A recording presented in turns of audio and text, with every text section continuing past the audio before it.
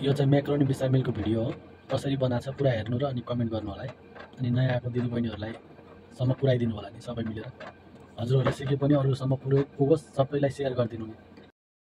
नमस्ते दिदीबहिनीहरू, आज चाहिँ हामीले म्याक्रोनी बिसामिल बनाउन सिक्दैछौँ है त। राम्रोसँग हेर्नु होला। पहिला एउटा तपेलामा पानी लिनु, म्याक्रोनी बोइल गर्नलाई, त्यसमा नुन हाल्नु होला। अनि पानी उम्लिन दिनु, मजाले पानी उम्लिन्छ। अनि त्यही पानीमा अलिकति तेल र अलिकति कालो मिर्ची पनि हालिदिनु, झन् राम्रो हुन्छ।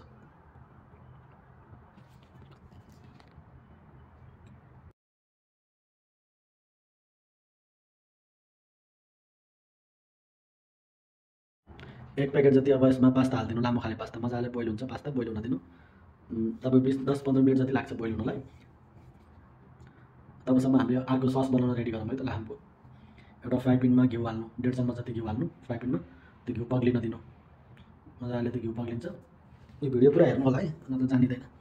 आधा हेर्ने आधा छोड्ने गऱ्यो भने केही पनि जानिँदैन। पुरा हेरेर कमेन्ट गर्नु होला। अब मसिनो गरेर प्याज काट्नु, त्यो प्याज काटेको प्याज अब यसमा मजाले फ्राई गर्नलाई हालिदिनु। यसैमा यो चाहिँ मसिनो गरेको प्याज हो। मैले चाहिँ 1 किलो मासुमा बनाउन लाग्छु। हजुरहरूले चाहिँ अब हजुरहरूको परिवार कति छ त्यही हिसाबले गर्नु होला है। भिडियो चाहिँ राम्रोसँग हेरेर बुझ्नु होला नि, सेभ गरेर राख्नु होला। अरू नयाँ आएको दिदीबहिनीहरूलाई सेयर पनि गरिदिनु होला, सम्पूर्णमा सजिलो हुन्छ।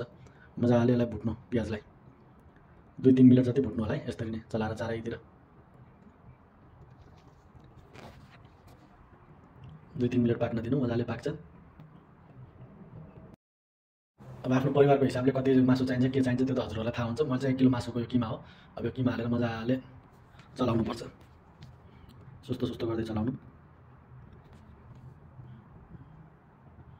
मजाले चारैतिर प्याज लाग्ने गरेर चारैतिर मिलाएर चलाउनु। डल्ला डल्ली हुन्छ त्यो सबै फोर्नुपर्छ है। 20 मिनट 25 मिनट जति त्यस्तै चलाउँदै राख्दै गर्नु।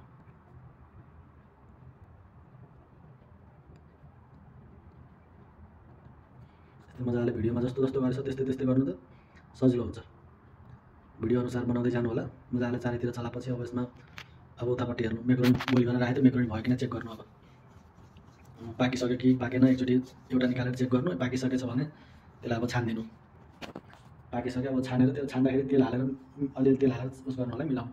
अब यता किमामा अब कालो मिर्ची हाल्नु, कालो खुर्सानीको धुलो।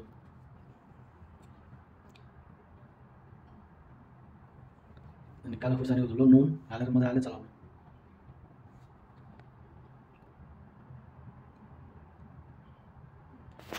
मजाले चारैतिर चलाउनु, पाक्न दिनु, नत्र त्यो गनाउँछ, यो मासु गनाउँछ क्या, पाकेन भने काँचो गनाउँछ। मजाले 20-25 मिनट त पकाउनु पर्छ यसलाई, मजाले फुट्नुपर्छ क्या। त्यो सेतो छ नि, मजाले चलाउनुपर्छ। अब कसैको घरमा केचप हाल्छ, टमेटो पेस्ट हाल्छ, कसैकोमा हाल्दैन होइन। मैले चाहिँ टमेटो पेस्ट हालेछु, तपाईँहरूको घरमा हाल्छ कि हाल्दैन थाहा होला नि, त्यही अनुसारले गराउनु होला।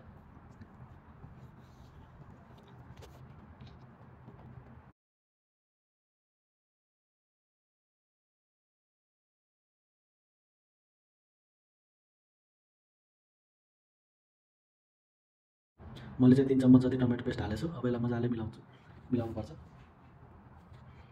चारैतिर मिलाउनु होला।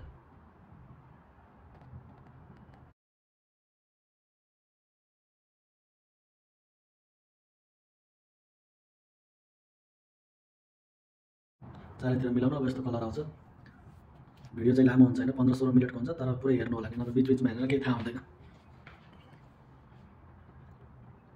मजाले चलाउनु। अब कोही सिमला मिर्चीहरू पनि काटेर मसिनो सिमला मिर्ची धनियाँ सनी हाल्छ क्या, त्यो त अब आफ्नो घरको कस्तो खान्छ के खान्छ हजुरहरूलाई थाहा होला, त्यही हिसाबले गर्नु। अब यता मेन चिज यो सस बनाउनु पऱ्यो। ससतिर लाग्नु है। तब हामीले दुध, घिउ, मैदा 3 चम्मच घिउ हाल्नु एउटा भाँडामा। यो मेन चिज हो यो सस चाहिँ, ध्यानसँग हेर्नु नत्र जानिँदैन। मजाले के अरे मैदा हालेर सस भुट्नु नि, मजाले चलाउनु, भुट्नु। मैदाको गन्ध नगइन्जेलसम्म भुट्नु होला नि।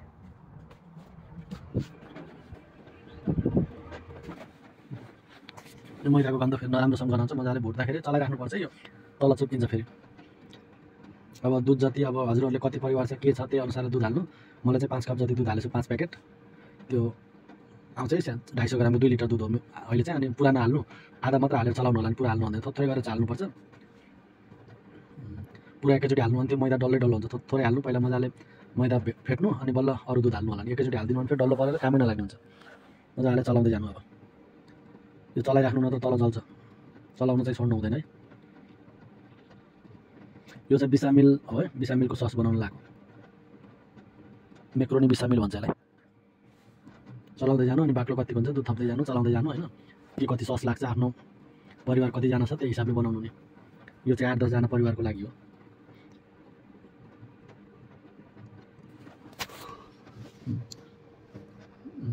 यो चाहिँ त्यो सुनको डल्ला म्यागी क्युब हुन्छ नि त्यो म्यागी क्युबको कुरा गरेको त्यो चाहिँ हालिदिनु होला 2टा हालिदिनु भने टेस्ट राम्रो आउँछ। ब्ल्याक पेपर नुन सबै हाल्नुपर्छ। ब्ल्याक पेपर कालो खुर्सानीको धुलो नुन मजाले चलाउनु यसलाई। चलाउनु चाहिँ छोड्नु हुँदैन है। यो पाक्दै गर्छ के अरे म टोइलेटतिर गएर आउँछु अरू काम गर्छु भन्नु नि यो त पिँधमा चलेर कामै नलाग्ने हुन्छ। एकदम ध्यान दिएर सबै काम छोडेर भयो नि यो चाहिँ गर्नुपर्छ नत्र बर्बाद हुन्छ खाना।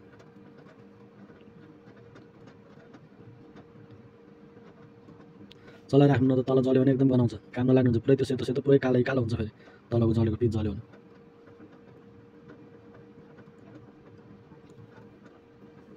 एकदम घ्याउ लाग्छ यो खाना बनाउन चलाइराख्नुपर्छ जल्यो भने गनाउँछ अनि गाली पनि खाइन्छ फेरि।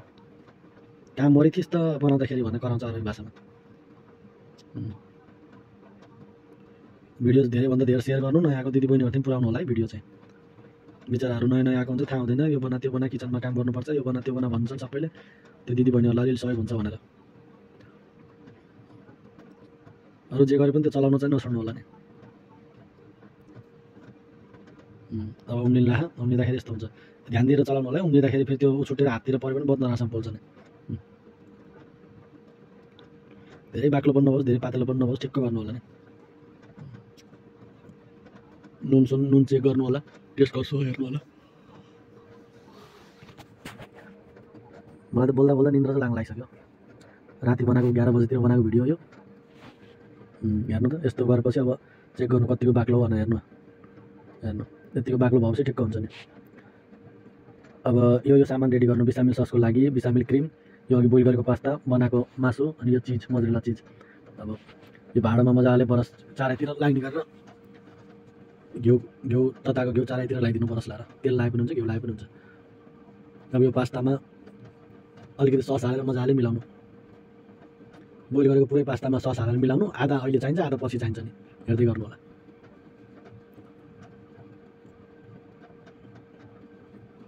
यसरी चारैतिर सस पुगोस् के त्यसको यसरी चलाउनु पनि सजिलो हुन्छ।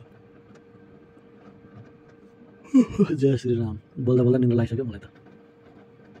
रातिको 12 बजे चाहिँ भिडियो बनाउँदा चारैतिर मिलाउनु।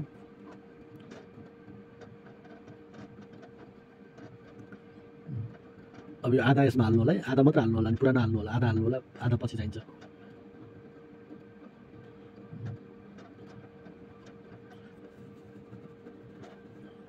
यो आधा हालेर चारैतिर मिलाउनु होला।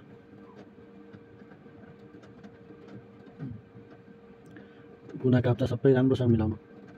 अब यसमाथि फेरि अहिले हालिन्छ त्यो फ्राई अहिले बनाएको थियो नि मासु किमा त्यो मासु किमा हालिन्छ क्या त्यो चारैतिर मिलाउनु। यो किमालाई पुरै खनाइदिनु चारैतिर मिलाउनु किमा। अब कहीँ छोडोस् कहीँ नछोडोस् नबस्नु बराबर मिलाउनु होला नि।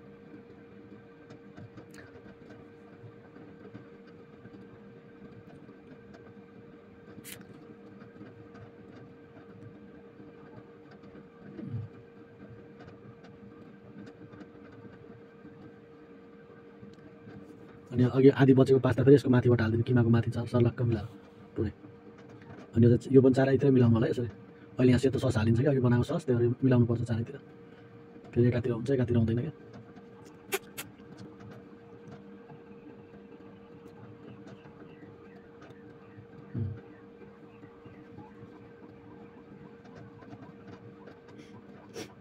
अब यो सेतो सस राखेको थियो नि भाँडामा अब यो खनाइदिनु पुरै चारैतिर मिलाउनु पर्छ। अहिले फेरि पकाउँदा फेरि एकातिर हुने एकातिर नहुने हुन्छ।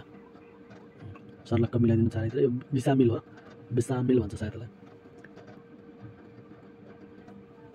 माथि एउटा मोजरेला चिज हालिदिनु। बिसामिल पास्ता यस्तै भन्छ। अब हजुरहरूले चाहिँ के भन्छ त्यो थाहा भएन मलाई चाहिँ बिसामिल पास्ता भन्छ। अब यो चाहिँ ओभनमा हाल्नु ठिक्कको माथिको मात्रै चालु गर्नु होला नि माथिको आगो चालु गर्नु। अब त्यो त पाकी भएको हुन्छ माथिको चालु गर्नु भने आफै तात्छ पाक्छ। अनि पाकिसकेपछि फेरि यस्तो कलर आउनुपर्छ धेरै जलाउनु हुँदैन चारैतिर यस्तो राम्रो कलर आउँछ।